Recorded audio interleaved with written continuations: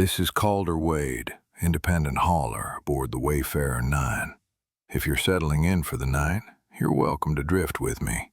Out here, the lanes are quiet, the ship is steady, and the universe moves at a patient pace. Rest easy. We'll follow the lantern beacons together. Calder Wade, independent hauler, registry 5872. Vessel, Wayfarer 9, Class 3 long-haul freighter. Route, Lantern Corridor, Helios Belt approach. Drift sequence stable. That's the formal version anyway.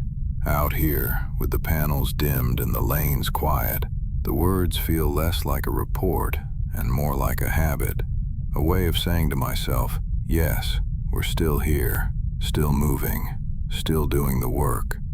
The Nine answers with a low, steady hum beneath my boots, same as she has on 1,000 runs before this one, the kind of sound you feel in your chest more than hear in your ears. Outside the bow viewport, the corridor stretches ahead, a faint band of lantern beacons, their glow softened by thin haze. They mark out a path through empty dark, pulsing slow and patient, the way a heartbeat might sound if space itself could breathe. If you're drifting along with me tonight, settle in. This lane doesn't rush. It never has, and neither do I. The Wayfarer 9 isn't much to look at on a registry sheet. Mid-century hull, patched plating, engine array rated serviceable, with a note at the bottom, further upgrades not recommended, frame nearing comfort limit. Sounds like a warning, reads like a compliment if you've been in this line of work long enough. She's not fast, she's not pretty, but she takes to drift like a stone takes to gravity. Simple, honest, inevitable. In the cockpit, everything is worn in the right ways. The chair cushions remember the shape of my shoulders. The grips on the control surfaces have long since lost their original texture, replaced with the smoother imprint of years of hands. Indicator lights glow in soft amber, not the harsh white you see on new builds. It's all small detail, but it adds up to something that feels a lot like trust. I rest my palm on the console for a moment and let the engine's vibration roll through my arm. Stable, measured, the slow, contented hum of a ship made for nights like this. Helios Belt runs quiet at this hour. Most haulers prefer daytime slots, station time anyway. More traffic, more chatter on the bands, more company. I've always preferred the late corridors. The lanes are clearer. The chatter drops to a background murmur, more like distant weather than conversation. Just the occasional coded ping, the soft confirmation of another ship passing far enough away to barely matter. The Nine and I move through the early approach at a relaxed drift rate, riding the guiding vectors laid out by the lantern beacons. Their soft pulses reflect off the hull in pale arcs, sliding slowly across the metal like the sweep of a lighthouse beam. Every few minutes, the console gives a quiet confirmation tone. Course within tolerance, velocity safe, collision fields nominal. Nothing dramatic, just a steady trickle of reassurance. That's the work most days. Not emergencies, not heroics, just guiding a stubborn old freighter along well-marked paths, keeping her inside the lines while the universe hums around you. People ask now and then why I keep running these lanes instead of settling on a station somewhere.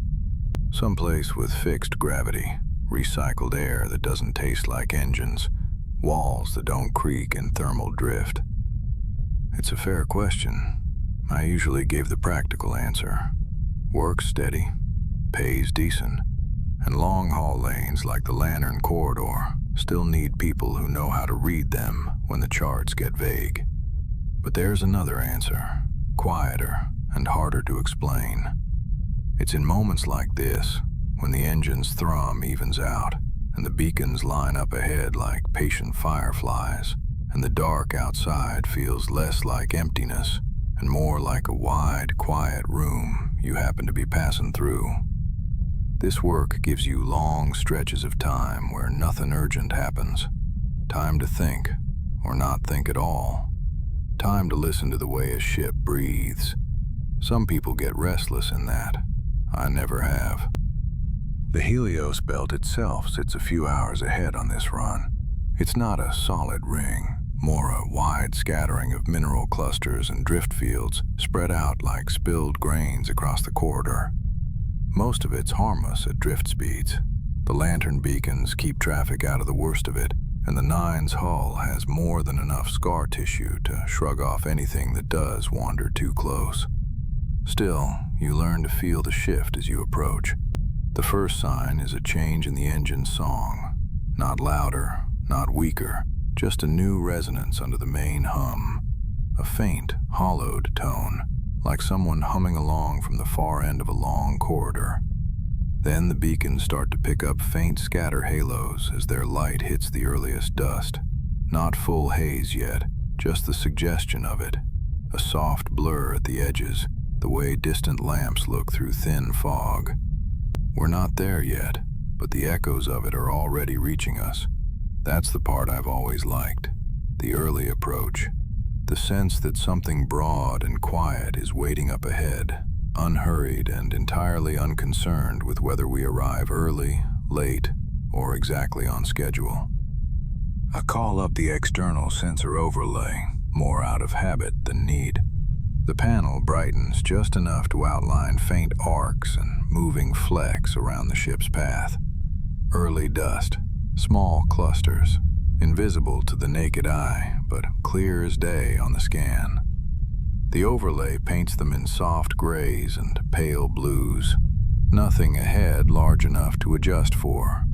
The Nine's automated deflection fields will push aside whatever gets close on their own. I let the overlay fade again, letting the cockpit fall back into its preferred low-light glow. Too much brightness breaks the spell of a lane like this.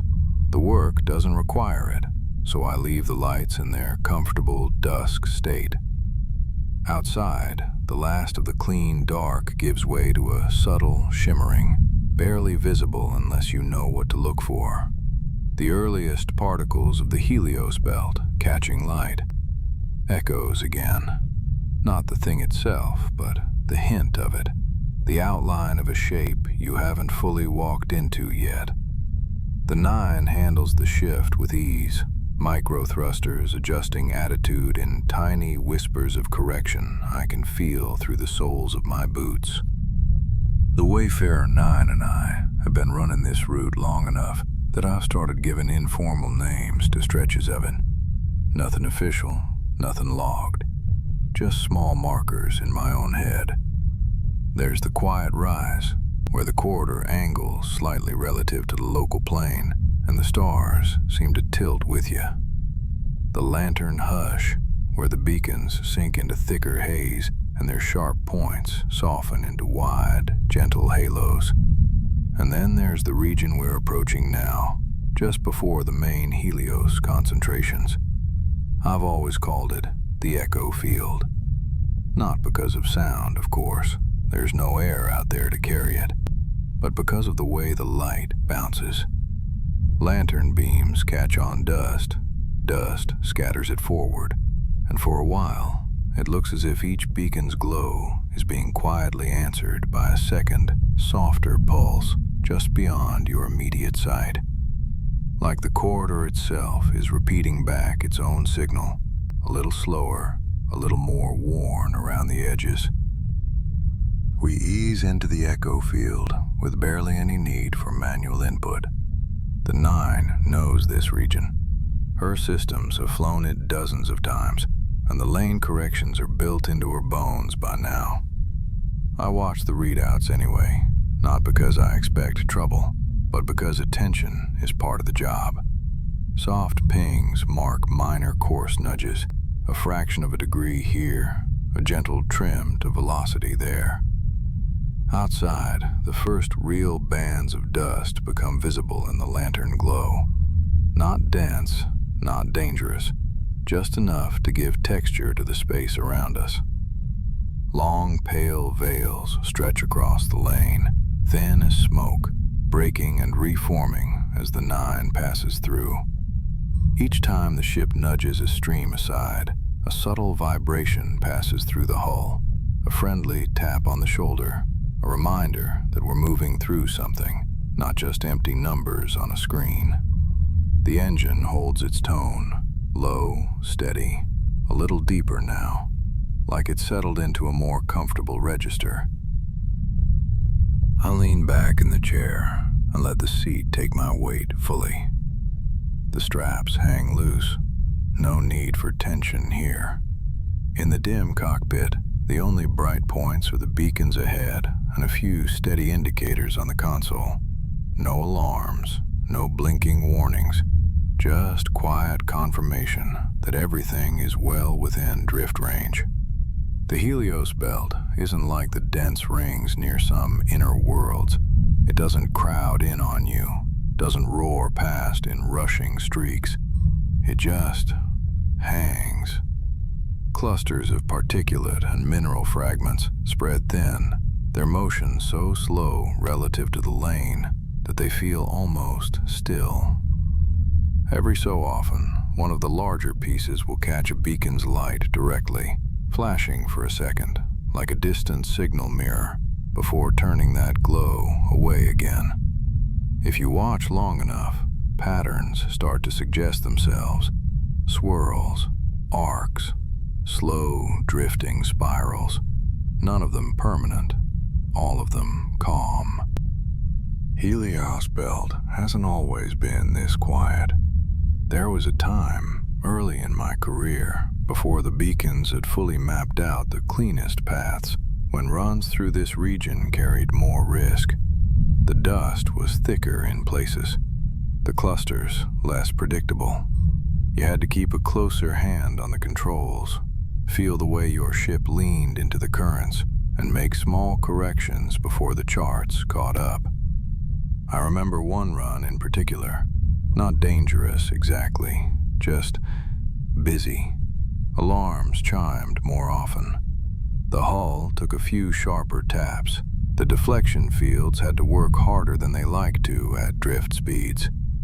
We made it through without incident, but the Nine hummed with a slightly higher pitch for a few days afterward, like someone's muscles holding a memory of exertion. Now, with better beacon placement and years of drift data, the lane through Helios feels almost domesticated, smoothed out, softened. All that's left are the echoes of the old currents and the gentle, stubborn dust that never got the message about new traffic patterns. Some nights, passing through regions like this, I think about the haulers who ran these lanes before the beacons went up at all. No steady pulses to follow, no guidance corridors, just rough charts, worn ship instincts, and whatever stars happened to be visible through the local haze. They'd have heard a different song from their engines, felt a different weight in the hull. The echoes of that work are long gone from the instruments. No data trace remains, but I like to imagine a few of those old paths are still out there, in the way certain currents tug at the ship, or how certain patches of dust seem to remember being asked to make way for someone once. The Nine is older than most freighters on these lanes now, but she's not that old. We missed the wild years. Maybe that's for the best. I don't mind running the quieter version of the story. A soft chime breaks the prolonged silence. Not loud, not urgent, just the gentle note that says a scheduled system check is completed without issue. I glance at the panel out of habit. Engine temperature, nominal. Field integrity, stable. Drift alignment, locked in. The Nine is, in her own way, content. I acknowledge the report with a tap and let my eyes drift back to the viewport. Out there, the Helios dust thickens just enough to give the corridor a faintly luminous quality. The beacons no longer shine as sharp points. Their light spreads into soft globes, fading gently into the surrounding mist. It's easy, in this stretch, to forget about distances and speeds and schedules. The lane feels self-contained, a quiet tunnel of light and dust with its own slow heartbeat. Good place for thinking, if you have anything on your mind. Better place for setting thoughts down entirely and just letting the ship move. The corridor narrows slightly here, not in any physical way. Space doesn't tighten around you, but the haze grows thicker, and the beacons seem closer together, their glow stretching into one another like overlapping circles on calm water. The Nine makes a soft correction, thrusters giving a gentle tap just firm enough to register in the chair. Outside the forward viewport, dust drifts in long, pale threads. Some move in curling motions, following old currents or weak gravitational murmurs from passing clusters. Others hang almost motionless until the ship's deflection fields nudge them aside, spreading them outward in slow, graceful arcs. I watch them drift for a while, letting the pattern settle into a rhythm. No rush here, no need for precise focus, just quiet presence. The kind that comes when the world around you asks nothing more than that you keep breathing and keep moving. The hum of the engines deepens slightly, as if settling into a lower gear for the sake of comfort rather than necessity. It's a good sound, a familiar one, like an old companion clearing their throat softly to let you know they're still awake beside you. I shift my posture a little, letting the chair cradle more of my weight. The low lights in the cockpit cast gentle amber reflections across the consoles. Not bright enough to disrupt the view ahead, just warm enough to anchor the room. This is the part of the lane where the outside world becomes a story told in silhouettes. Clusters appear and disappear, outlined only when a beacon's glow brushes along their edges. Some fragments glitter, catching a spark of light before turning dark again. I keep the cabin quiet. No music, no band chatter, just the ambient systems and the patient voice of the engine. It's easy to forget how loud life can be when you're planetside or station-side. People, machinery, announcements, constant layers of sound. Up here, alone on drift, the quiet becomes its own kind of company. Not empty, just soft, measured, even. The kind of quiet where thoughts arrive gently and leave the same way. Helios dust thickens ahead, not into a storm, just a slow, beautiful fog of illuminated particles hanging in the lane. The beacons cut through the haze in muted strokes, pale, golden silhouettes, blurred at the edges like lanterns seen through morning mist. The Nine adjusts course again, a feather-light nudge that barely changes our heading, but keeps us aligned with the optimal trail. I've heard newer pilots complain about how boring the drift sequences can be. Nothing happening, no adrenaline, no challenge. But that's not what these lanes are for. Not anymore. They're for transit, the slow, dependable kind that keeps the far stations supplied and the quiet corners of the map connected. They're for breathing, resetting, letting the pace of the world fall away from you for a while. And if a ship happens to hum just right, and the beacons glow just soft enough, and the dust forms shapes that feel familiar even when they're brand new, well, some might call it boring. I call it rest. A good kind. There's a moment every time I enter this part of the Helios Belt when the outside starts to feel less like space and more like a long, drifting hallway. The dust veils form loose patterns, sweeping curves that resemble the contours of walls, wide open chambers, doorways leading somewhere you can't quite see. It's not literal, of course. Nothing solid out there. just the mind making shapes from scattered particles. But the effect is calming. The Nine moves down that imagined corridor with a slow, steady confidence. Her engines drone, blending with the soft, grainy whisper of dust sliding across the hull. I find myself breathing in time with it. Long inhale, long exhale, letting my thoughts drift at the same unhurried pace. A soft beacon pulse blooms ahead, glowing through the haze like a signal from a distant window. The rhythmic flash marks our progress deeper into the belt, but it carries no urgency, just a steady reminder that the path continues. I take a slow sip from the thermos beside me. The drink inside is long cooled, but that's never bothered me. Warm or cold, it tastes like routine, and routine tastes like home. The cockpit air recyclers issue a faint, periodic sigh, soft enough to be missed if you're not listening for it. It blends into the symphony of subtle sounds, the engine hum, the occasional micro-oscillation in the stabilizers, the whisper of dust grazing along the hull. None of it is loud, all of it is comforting. Outside, the haze thickens slightly, smoothing the harshness from the star field until the lights become gentle points floating in a soft ocean of color. Helios dust refracts light in unpredictable ways, but tonight the effect is mild, like layers of faint watercolor washed gently across the corridor.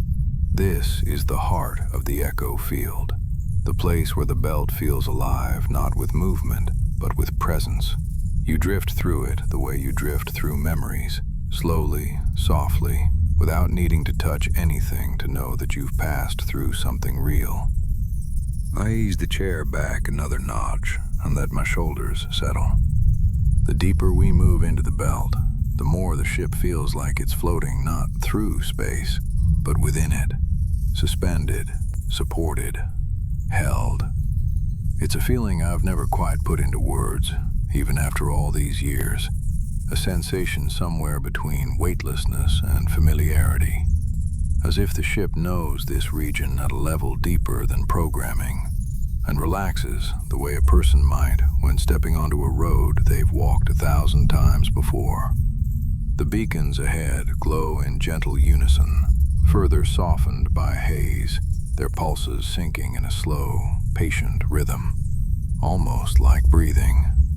In, out, in, out.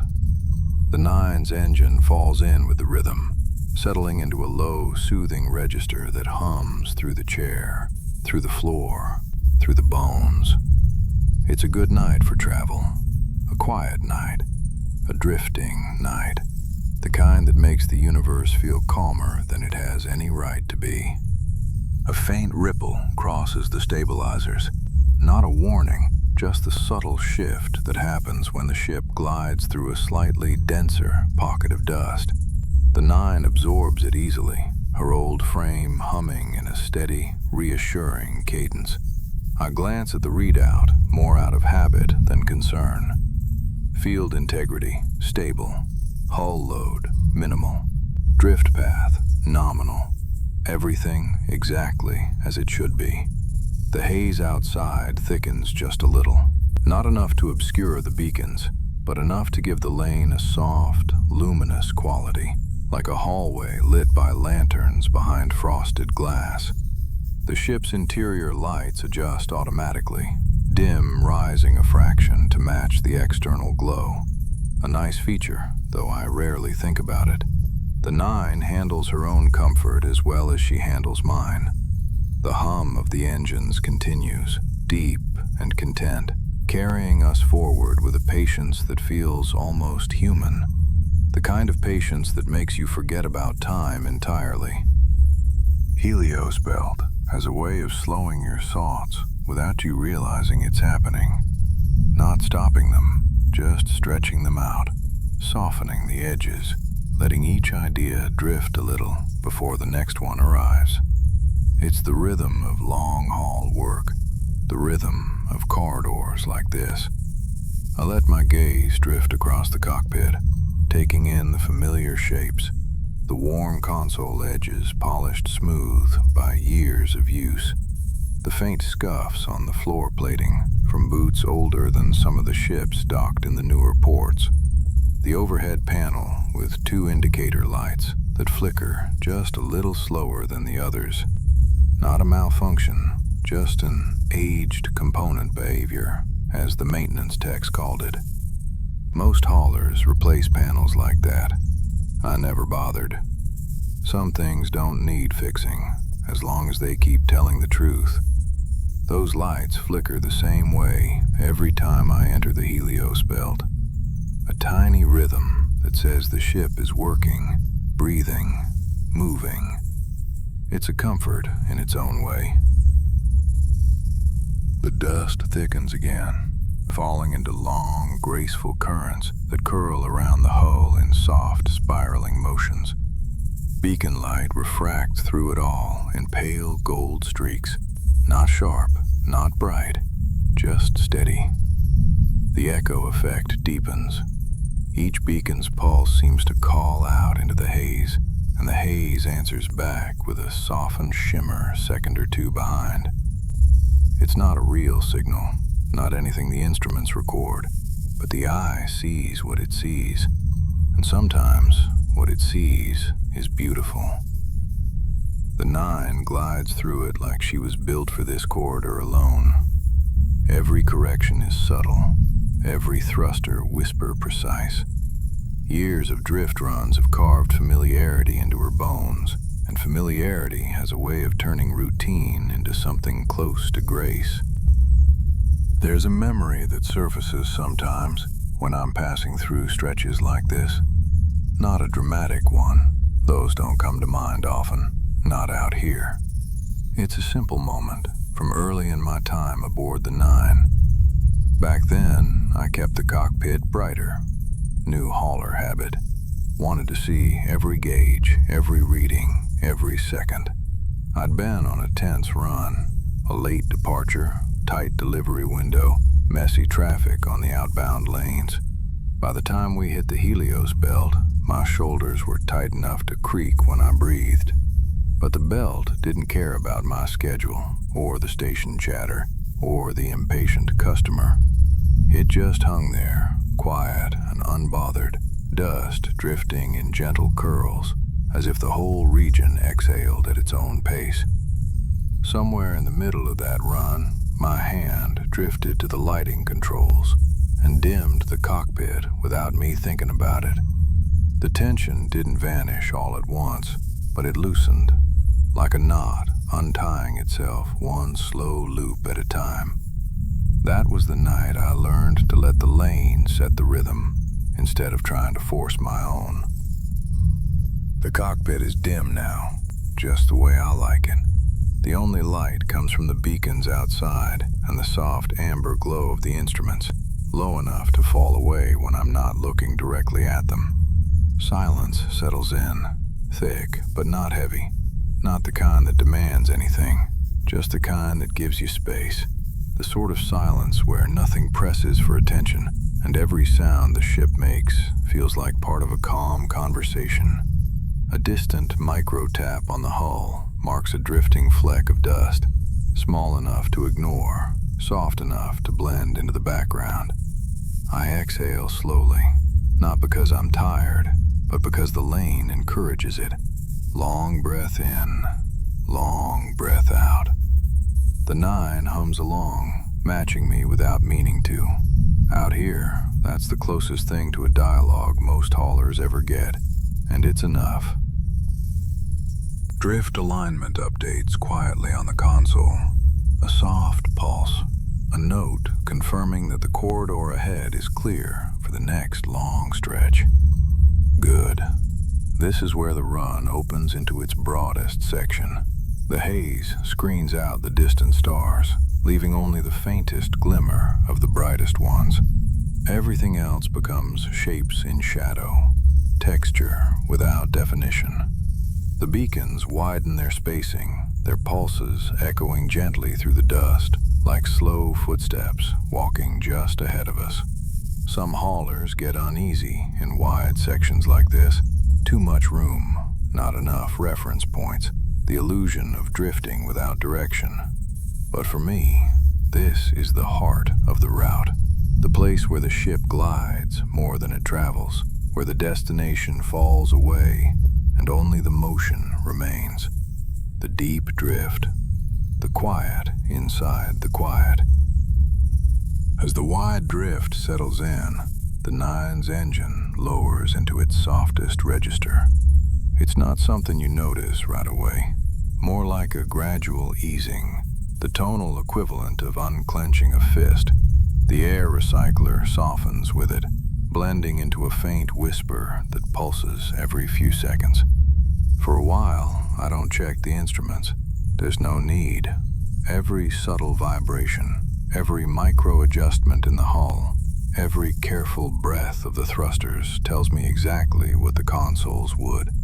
We're steady, we're aligned, we're moving well.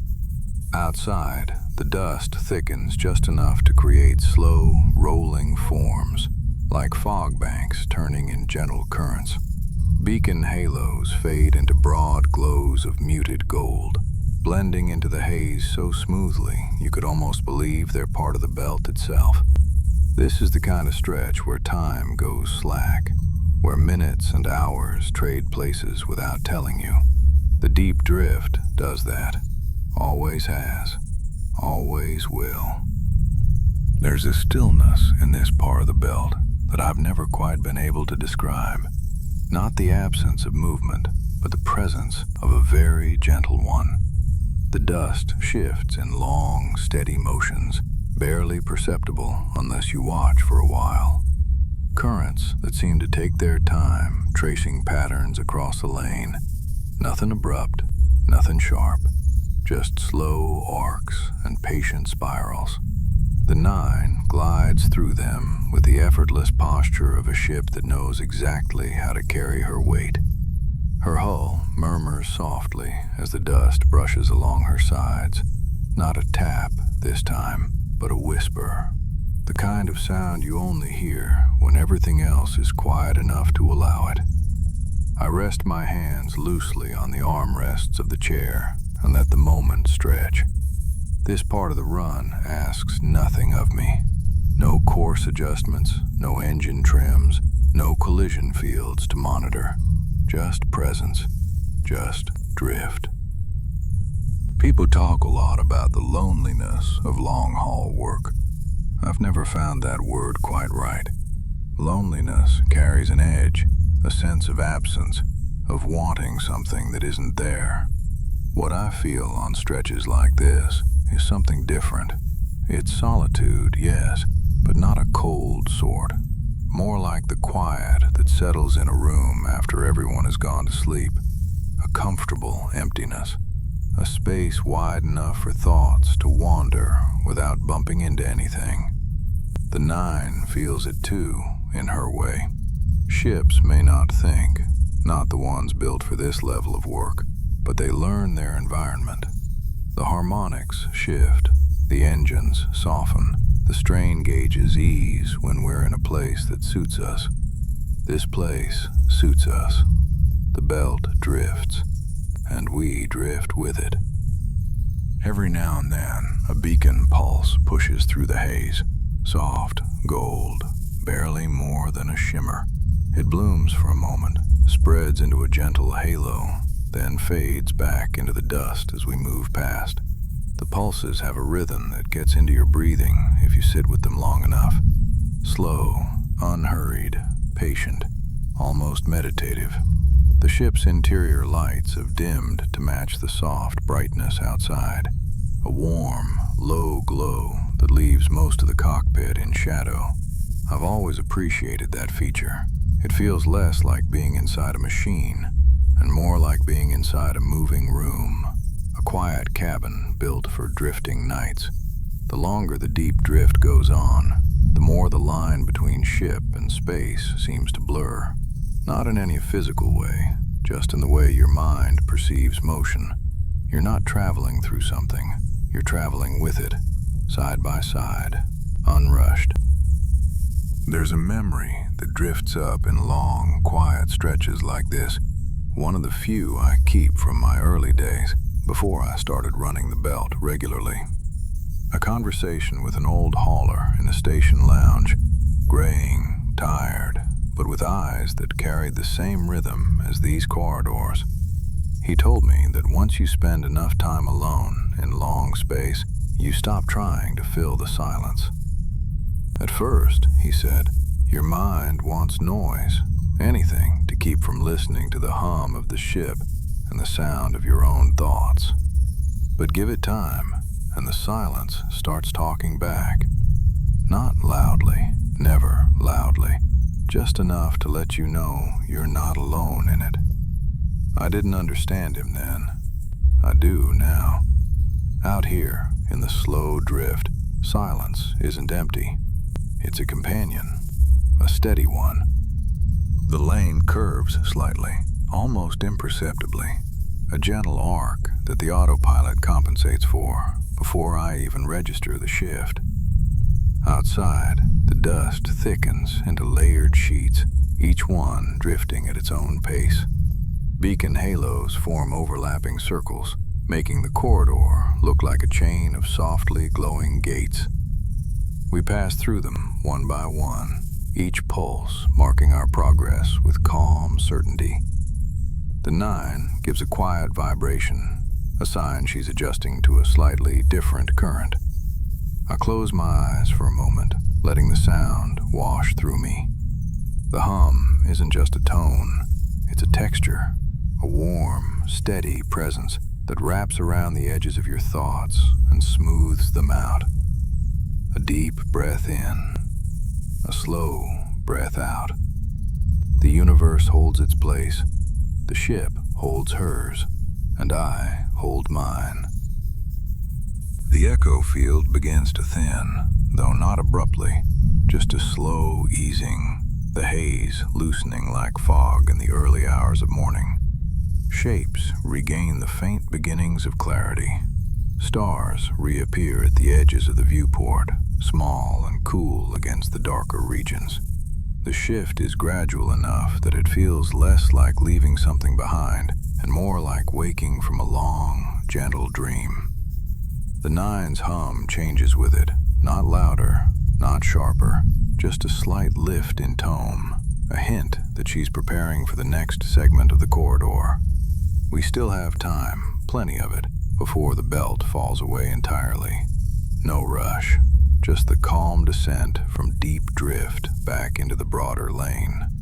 A return without urgency, a transition without edges.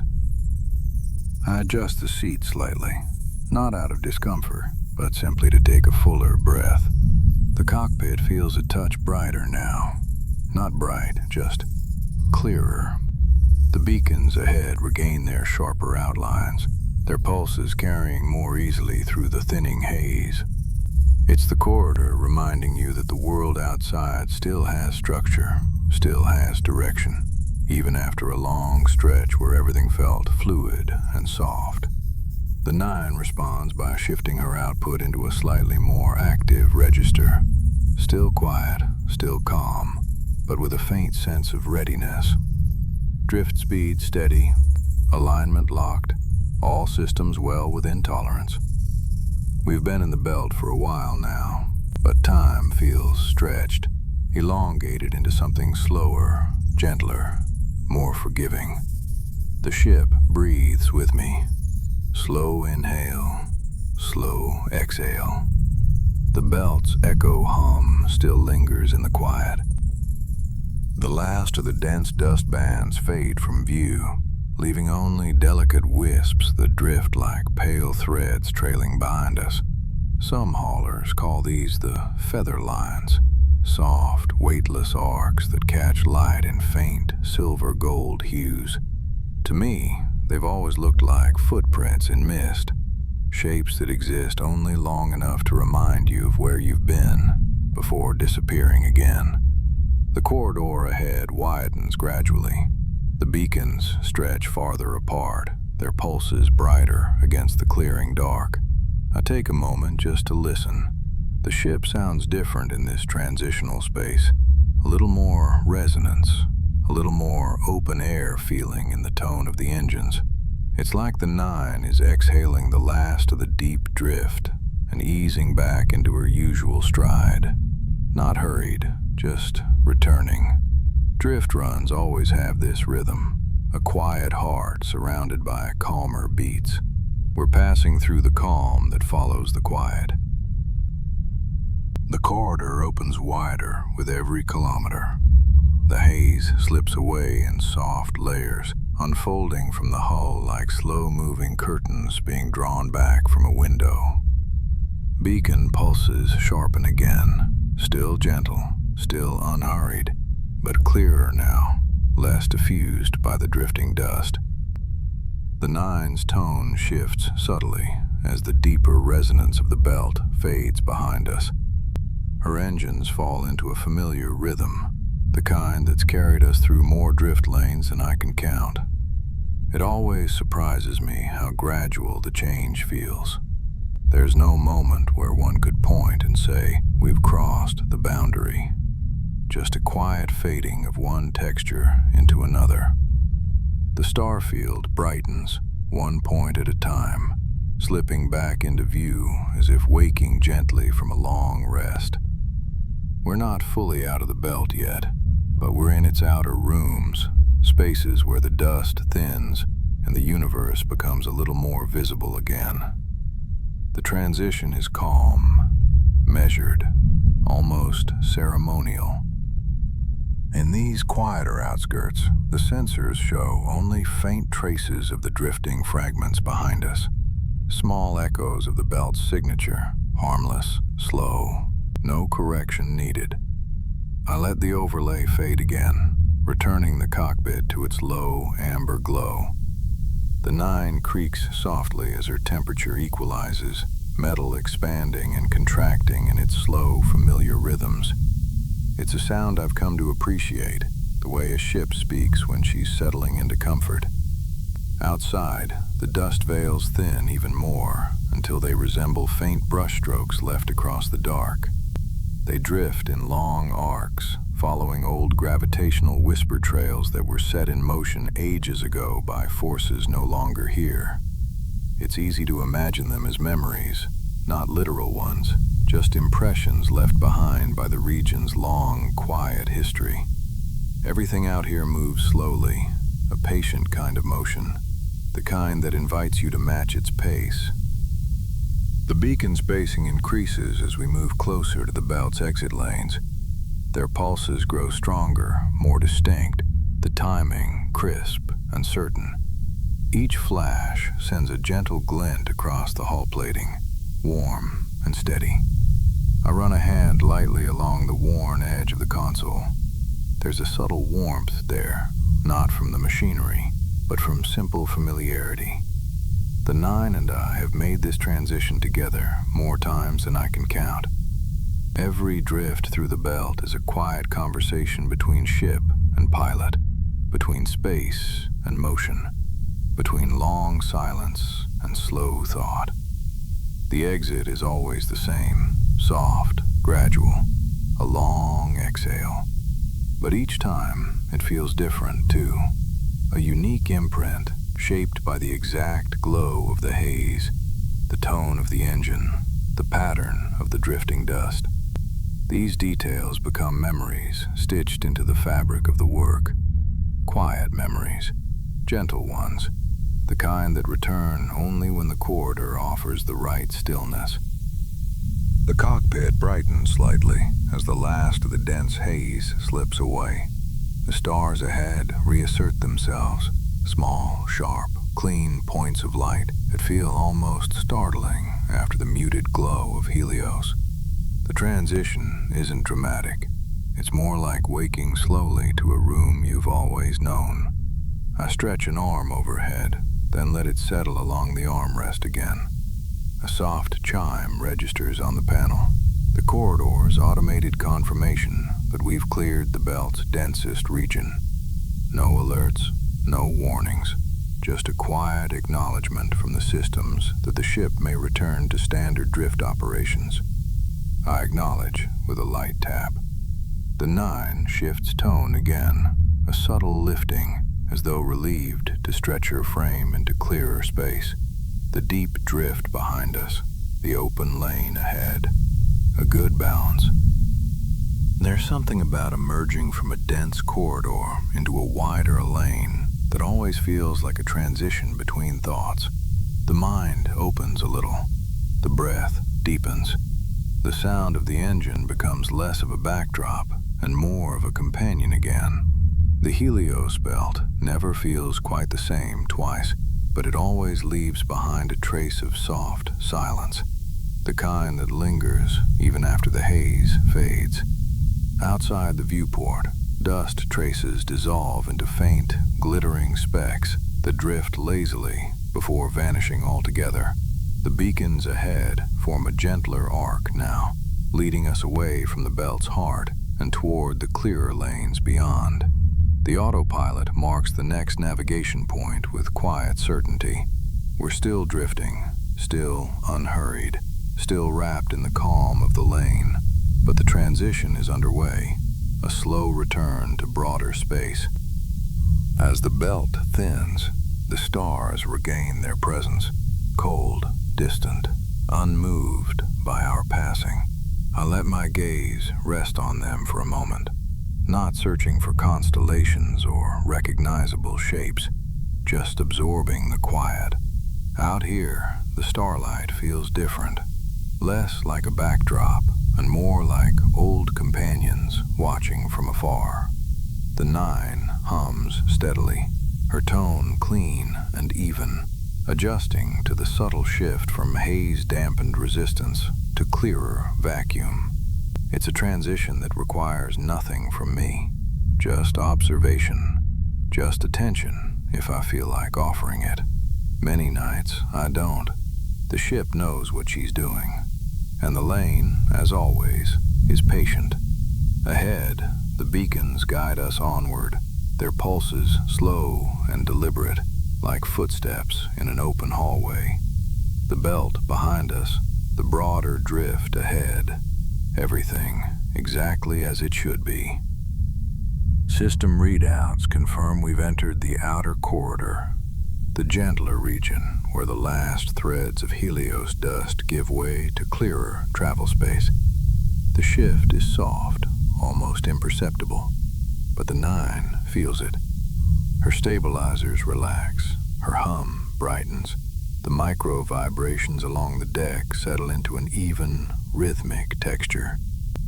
I take another slow breath, matching the cadence of the engine. Long nights like this remind me why I keep running these routes. Supply hauls may not be glamorous. Drift lanes aren't dramatic. The stations we deliver to don't throw celebrations when a shipment arrives on time. But the work has rhythm, shape. Quiet moments that the rest of the galaxy rarely pauses long enough to feel. The belt's echoes still cling faintly to the edges of the cockpit, soft impressions, fading gently. Ahead, the stars stretch wide, open, inviting, calm. The corridor ahead widens into a long, open glide path, the kind of stretch where the stars feel closer, even though the distance never really changes. The Nine senses it too. Her hum settles into the familiar balance she holds on the last leg of a drift cycle, not winding down, just settling, falling into stride. I check the navigation overlay out of quiet habit. The next beacon is well within range, its pulse clear and bright in the thinning air of the corridor. No corrections needed. Everything, the lane, the ship, the dust behind us, the path ahead, feels aligned. There's a comfort in that you don't find many places in the galaxy. A sense that the work, in all its simplicity, is exactly what it needs to be. I rest one hand along the side of the console and let the vibrations roll gently through my arm. A steady rhythm, a familiar voice. The voice of a ship that knows her way home. As the belt fades behind us, the beacons regain their clarity. Each pulse lands with soft, golden certainty, dispelling the last remnants of haze that cling to the edges of the corridor. The quiet shifts too, not louder, just different, less muffled by dust and more open to the sound of the ship itself. The Nine breathes in her long, steady hum, uncomplicated and unhurried. I let my eyes drift closed for a moment.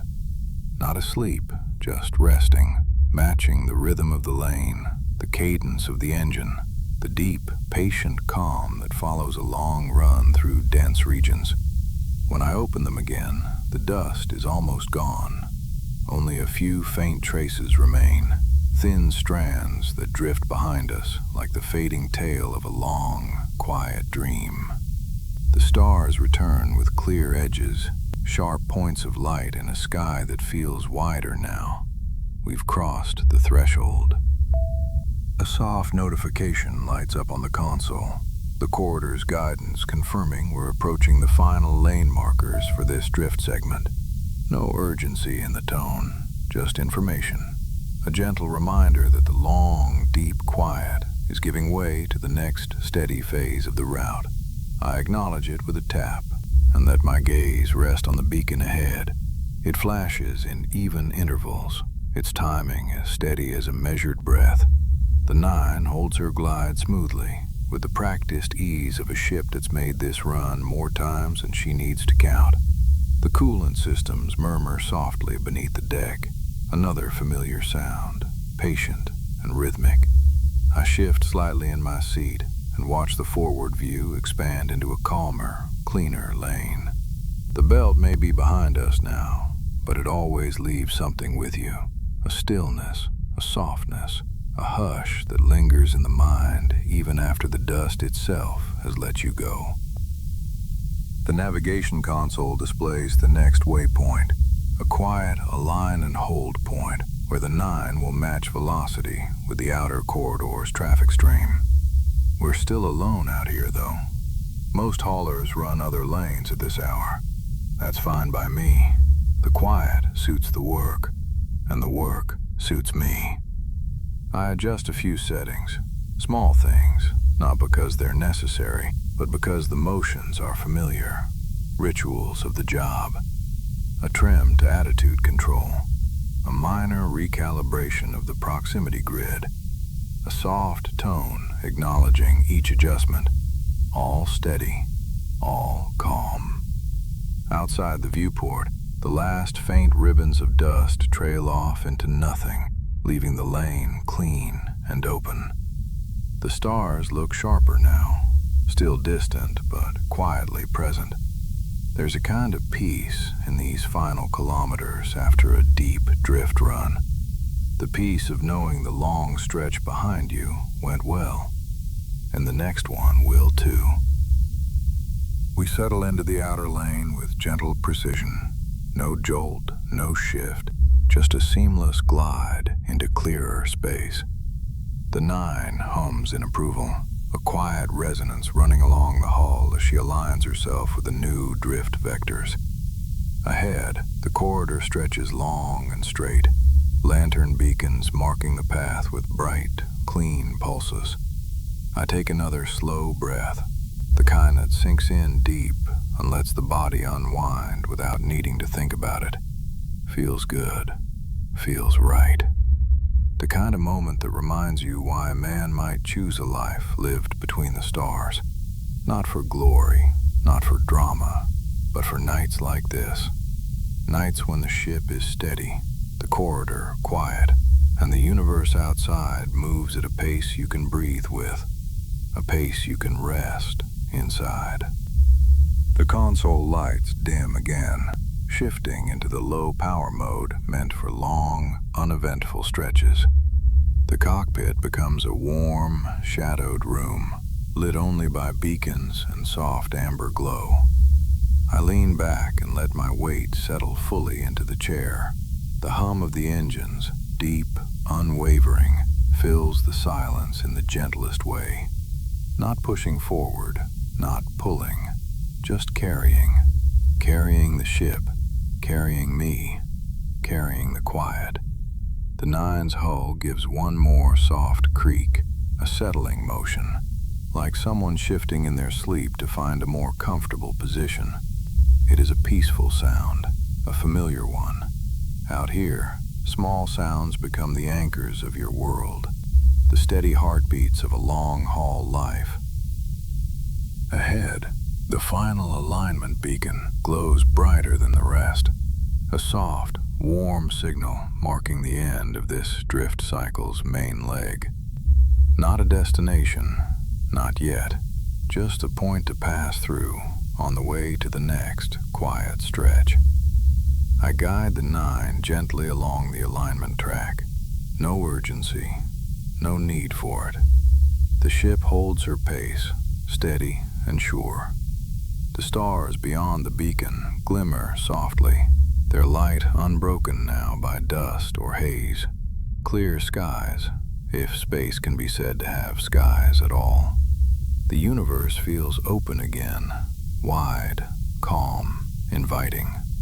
We'll drift through it at the same patient speed we always have, one quiet corridor at a time. The Nine passes the beacon with smooth, silent grace, her hum settling into the soft cadence of a ship at peace. I let my hand rest on the console once more, feeling the familiar warmth radiating through the metal. Helios Belt behind us, clear lanes ahead, everything steady, everything calm.